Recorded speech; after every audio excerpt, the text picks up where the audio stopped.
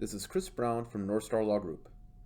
Here is the next part of my presentation before the Tumwater Area Chamber of Commerce on February 19th, 2020 on the topic of LLCs versus corporations as entity structures.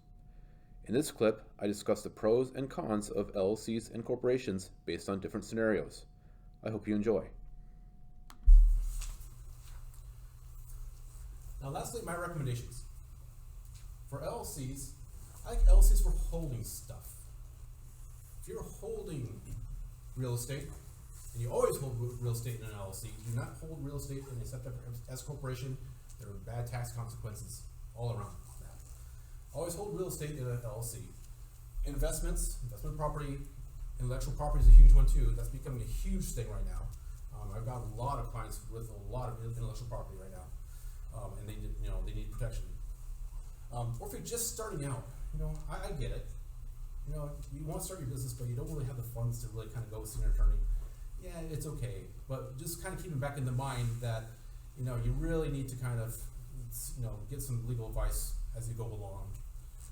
Or if you need flexibility, you have multiple partners again, but again, depending on their tax consequences, somebody might want more income or losses, and some people, as compared to others, and you're allowed to do that, which is actually kind of nice. Or lastly, you can't be an S corporation because of the shareholder rule. You just can't be. Unfortunately, it happens, as I mentioned. Now, for S corporation, I like S corporation for doing stuff. If you're actually an active business, if you're doing stuff, I'm more than likely willing to recommend a subheader S corporation for you, because you are holding yourself out there. What is the principal asset? It's you. You're the one out there. So what happens if you get sued and you lose? Geez, I can't really do anything else. So I'd rather like to have all that liability protection that goes along with a corporation, as opposed to an LLC. Again, because of all that. So if you're doing stuff, and especially in high risk areas, again, like cannabis is a big one for me right now. Now, if you have employees, and when you're including yourself, now when you're subject to S corporation, you have shareholders, directors, officers. Your officers are usually the president, vice president, secretary, treasurer. They are actually employees of your corporation. And technically, you are. That becomes, if you're the president of the corporation, you are actually an employee of your corporation. So what happens is you want to pay yourself a salary. That's a great thing, because with LLCs, they're having employees. All the earnings that you have with an LLC are subject to self-employment taxes. So come April 15th of the next year, you have to pay a ton of money before self-employment taxes if you're an active business, because you didn't plan properly.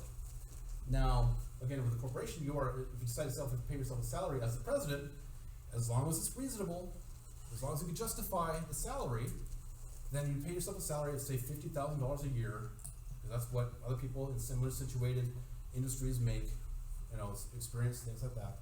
But then you actually have like $100,000 of earnings.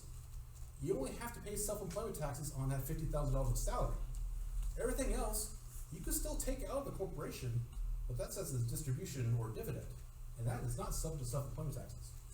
So that's why people love converting, because when they get an LLC, and they say, "Oh my God, I heard about this subject to S corporation thing. I want to do that because I'm making a ton of money, and I don't want the IRS to get it."